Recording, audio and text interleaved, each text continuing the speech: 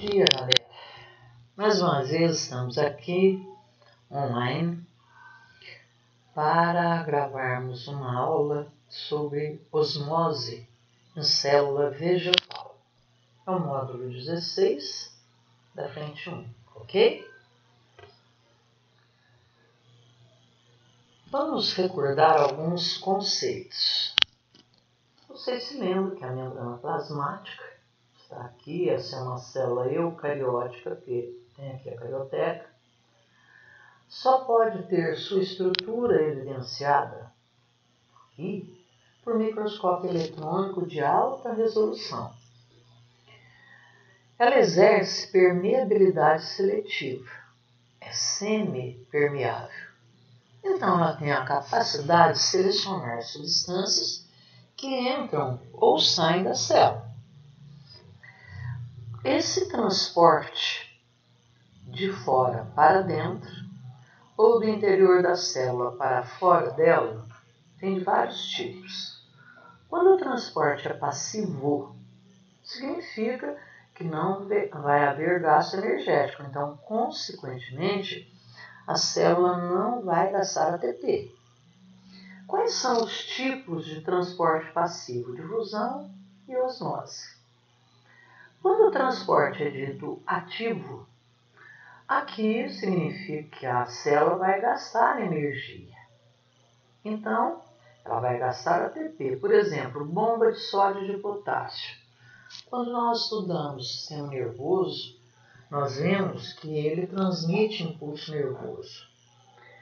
Então, essa bomba de sódio e potássio nada mais é que moléculas de proteínas que tiram o potássio que entra por difusão dentro da membrana celular e recolhe os íons de cálcio. Então fica com uma concentração diferente dentro e fora da célula. Por esse motivo, para manter essa concentração desigual, é que a célula vai gastar energia. Então é um tipo de transporte ativo. Quando ela faz endocitose ou fagocitose, significa, vocês se lembram que aqui não entra nada e nem sai nada de grande porte. Só molécula pequena ou razoavelmente pequena. Então, o que é uma fagocitose? Vamos supor que um glóbulo branco, um leucócito, vá combater uma bactéria. O que ele vai fazer? Ele vai emitir pseudócitos, englobar a bactéria e aí vai formar ali um vacúolo alimentar, se junta um lisossomo para fazer a digestão intracelular. Então, aí é por evaginação celular, a dobra é para fora. Existe outro método de entrar produtos dentro da célula, pinocitose. Aí, o produto que vai entrar vai pesar na membrana, vai invaginar a membrana e o vacúolo alimentar vai ser formado por invaginação. Na fagocitose, evaginação, ela dobra para fora. Na pinocitose, é uma invaginação, ela dobra para dentro. Na plasmocitose, é quando a célula elimina, através de um vacúolo residual, o que ela não quer mais dentro daquela célula. Então, vamos relembrar transporte passivo. Então, determinadas moléculas podem atravessar a membrana plasmática de forma espontânea, sem que a célula gaste energia. Essas moléculas, esses íons, entram ou saem por conta própria. Esse tipo de travessia pela membrana é denominado transporte passivo, não tem gasto energético. Os tipos de transporte passivo. Então, pode passar o soluto. Soluto é tudo que vai entrar ou sair da célula que não seja água, certo? Que ele está dissolvido em um solvente. Normalmente, o solvente da célula é a água. Este soluto ele sempre vai passar por transporte passivo do meio mais concentrado para o meio menos concentrado, de onde tem mais para onde tem menos. Do meio hipertônico para o meio hipotônico. Quando a difusão é simples, vocês se lembram que uma membrana plasmática é lipoproteica? Na parte de lipídios, ela tem uma dupla camada de fosfolipídios. Lembra? Que são gorduras associadas a grupo fosfato. Então, a difusão simples ocorre a travessia das partículas hidrofóbicas, que elas não suportam água, pela camada de fosfolipídio. Se ela tem fobia de água, se ela não gosta de água, se gordura e água não se misturam, é por esse motivo que existem duas camadas de fosfolipídio. A parte hidrofílica, que são as bolinhas que ficam para fora, ela aceita a água. A parte hidrofóbica, que fica pelo lado de dentro, ela vai mandar a água para fora. A difusão é facilitada quando as partículas são um pouco maiores, como por exemplo açúcar, proteínas. Então vão existir proteínas carreadoras, que significa que neste caso, na difusão facilitada, a partícula que está entrando ou saindo passa através dessa proteína carreadora, ela vai carrear, transportar de um lado para o outro, e elas são conhecidas como permeases. Alguns autores consideram a difusão simples travessia de partículas hidrofílicas, íons, por canais iônicos, também por proteínas. A osmose é quando passa o solvente. Vejam que aqui na difusão passou o soluto. Quando é o solvente que passa, ele vai passar do meio menos concentrado para o mais concentrado. É o contrário daqui.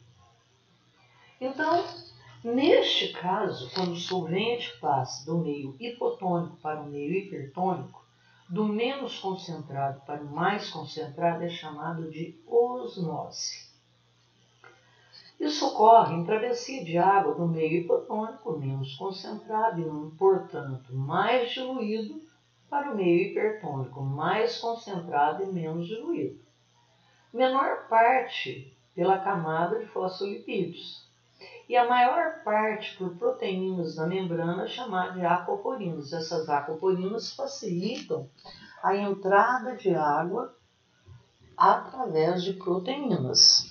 Então, a menor parte da osmose vai acontecer pela camada de fosfolipídio e a maior parte da água será transportada por proteínas chamadas de aquaporinas. Na difusão simples, então vai tratar do deslocamento de partículas do soluto de maior concentração, portanto hipertônico, para o meio de menor concentração, hipotônico. Portanto, conforme o gradiente de concentração, até que haja um equilíbrio. Geralmente, esse deslocamento ocorre pela camada de fosfolipídios. Então, vejam bem. Aqui está um capilar sanguíneo. O capilar sanguíneo, vocês se lembram, ele é constituído por apenas uma camada de células, que é o endotélio. Ela é uma camada de células, então ela vai permitir o transporte de produtos de dentro do capilar para fora dele, de fora do capilar para dentro dele. Aqui o exemplo foi de oxigênio e gás carbônico. Então o oxigênio vai passar, ele estava preso aqui na hemácia. A hemoglobina estava prendendo o oxigênio. Ela solta, o gás carbônico vai entrar pela célula. Vejam, ele vai atravessar a membrana. O meio extracelular está hipertônico, porque sempre tem mais oxigênio dentro, porque todo o oxigênio que vai entrar, ele vai ser utilizado. Então, o meio interno sempre fica hipotônico em relação ao oxigênio. Quando se realiza a respiração celular, nas reações químicas, vai liberar o que? Gás carbônico. Lembra do ciclo de Krebs? Eliminando o gás carbônico? Então, sempre vai ter uma grande concentração de gás carbônico no interior do corpo. Então, uma célula elimina o gás carbônico por difusão. E depois o gás carbônico penetra no capilar sanguíneo também por difusão. Entendido? Então aqui, vamos lá. No organismo humano, o sangue que chega aos tecidos é rico em oxigênio e pobre em gás carbônico. Por difusão simples, o oxigênio atravessa os capilares sanguíneos e a membrana das células pela camada de fosfolipídios. Veja que é uma dupla camada. A bolinha vermelha, hidrofílica. A parte de dentro, hidrofóbica. Sempre tem hidrofílica do lado de fora para poder transportar a água por aqui. Invadindo o meio intracelular, onde passa a ser metabolizado. O que é metabolismo mesmo? Metabolismo são as reações. Nesse caso, qual é o metabolismo? É de catabolismo. Por quê? Porque ele vai ser usado na quebra da molécula de glicose. Em situação inversa, o gás carbônico abandona o meio intracelular, onde ele está mais concentrado, em direção aos capilares sanguíneos menos concentrado. Então, do meio hipertônico para o meio hipotônico. Quando a difusão é facilitada, vejam bem, aqui foi dado um zoom na membrana celular, é uma dupla camada de fosfolipídios. Quando, por exemplo, a glicose vai entrar dentro da célula, ela não entra pela camada de fosfolipídios, ela é uma molécula até que relativamente grande. Então, ela vai passar por essas proteínas aqui. Essas proteínas que são as permeases. Então, ele também vai passar de onde tem mais para onde tem menos. Vejam, cada bolinha dessa está representando uma molécula. Então, ele vai, aqui tem mais do que embaixo. Então, ele passa do meio hipertônico mais concentrado para o meio hipotônico menos concentrado. Essa difusão é chamada de facilitada por causa das proteínas carreadoras, também denominadas permeases, que interagem com certos tipos de partículas, facilitando o fluxo da mesma, do meio de maior concentração para o meio de menor concentração. Moléculas de glicose. Como eu dei o exemplo, aminoácidos e vitaminas atravessam a membrana das células por esse processo. Embora não haja consenso, muitos autores consideram casos de difusão facilitada o transporte de íons por proteínas de membrana denominadas canais iônicos.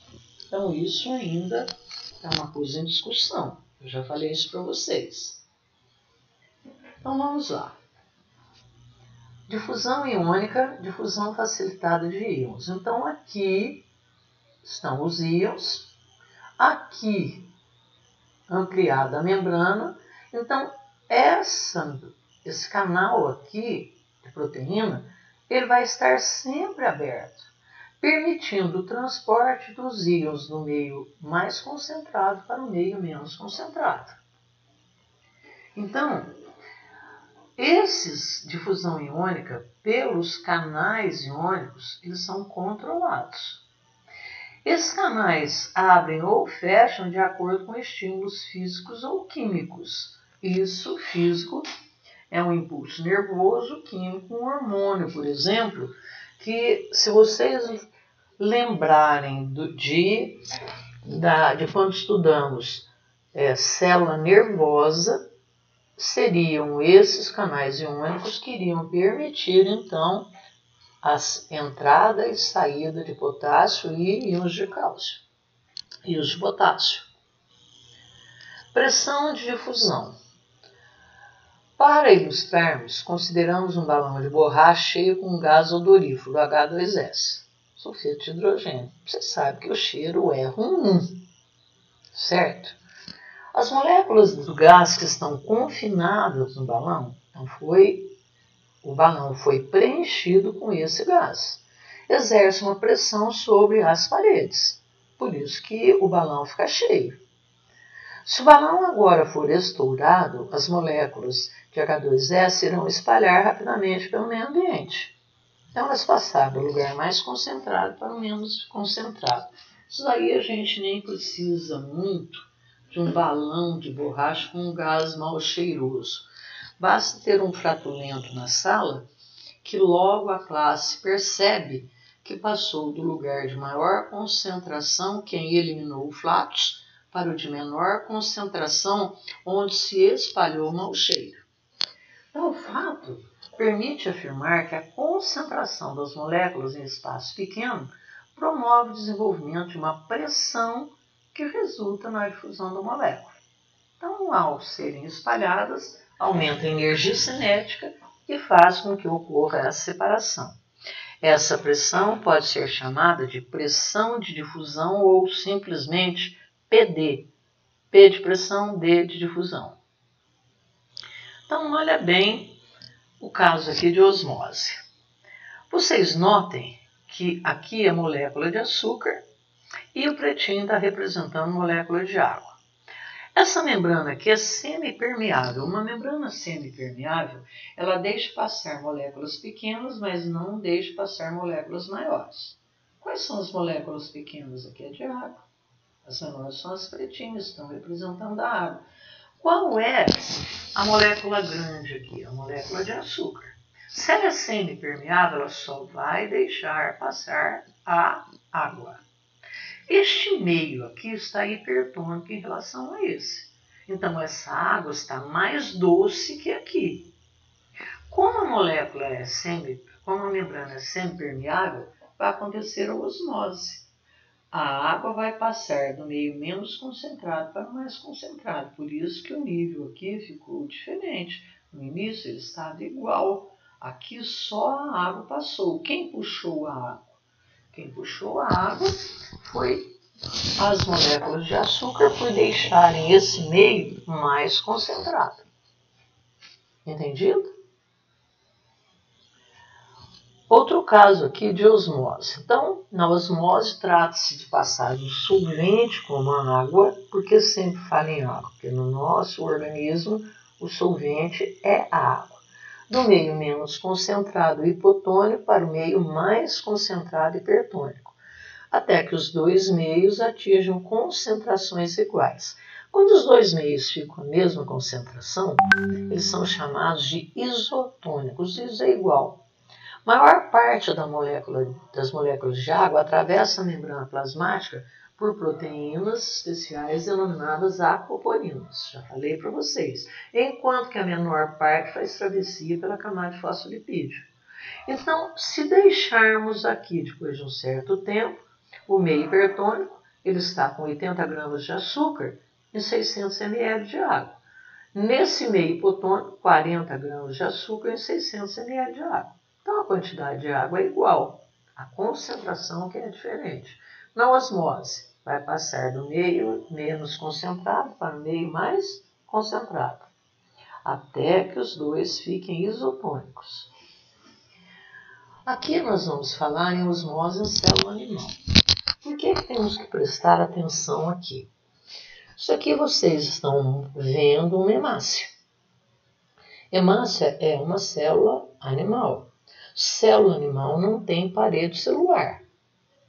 E a membrana plasmática, ela não tem tanta resistência quanto uma parede celular.